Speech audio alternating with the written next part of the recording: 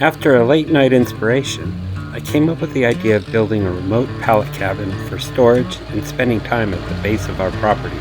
This video will answer how much I actually saved and if pallets are viable building material. Welcome back to Boneset Ranch. After laying down some pressure-treated timbers, I started with some pallets that had a plywood deck already installed. These pallets replace the more conventional 2x6 floor joists that would have been used without the pallets. In the end, the plywood on these pallets was more spongy to walk on than I wanted, so I did end up putting a layer of 5/8 tongue and groove oriented strand board over these pallets. This means the 2x6 joists were the only real cost savings that went into the floor. I used 2x4s to bridge the connections between the two vertical stacked pallets.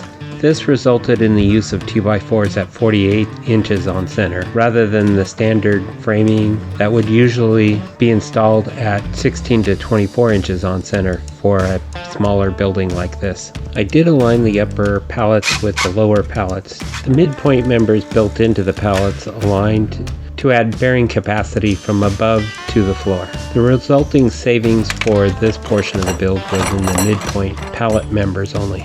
I also installed the wall pallets tied to the flooring, which eliminated the need of a bottom plate that standard wood framing would have needed. Framing in the windows ended up using most of the same studs I would have used for the trim, the head, and the sill framing, so no savings there.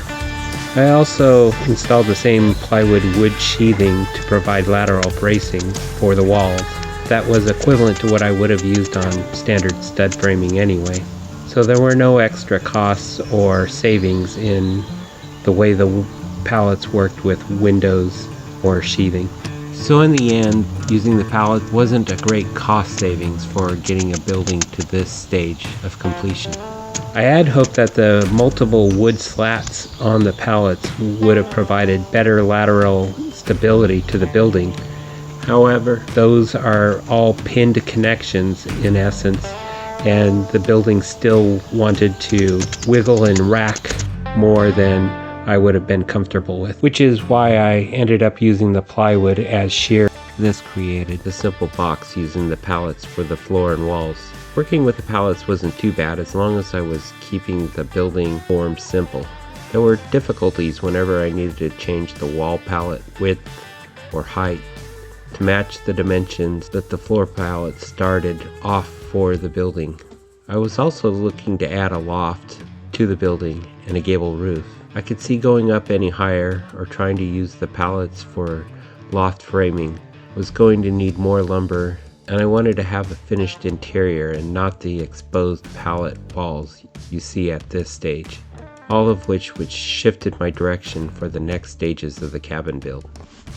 Working with pallets was a fun challenge. There is also an added satisfaction knowing that this build diverted some pallets from going to the landfill or being burned in someone's bonfire. I've seen more pure pallet use for buildings on YouTube, but those involved a larger degree of deconstructing the pallets before reassembling the pieces into the building. There is a cost in time and effort taking apart pallets without destroying the wood. My goal here was to keep the deconstruction of the pallets to a minimum.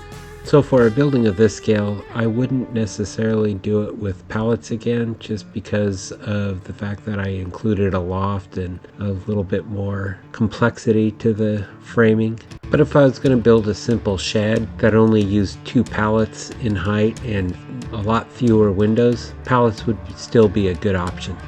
For the siding you see here and for all of the framing that went into the loft and the upper sections of the building and the roof, I switched from building with pallets to using a sawmill. For my next video, I'll talk about using the sawmill, how much it cost, and compare that amount to how much it would have cost to buy the lumber from the local big box store. Thanks for watching.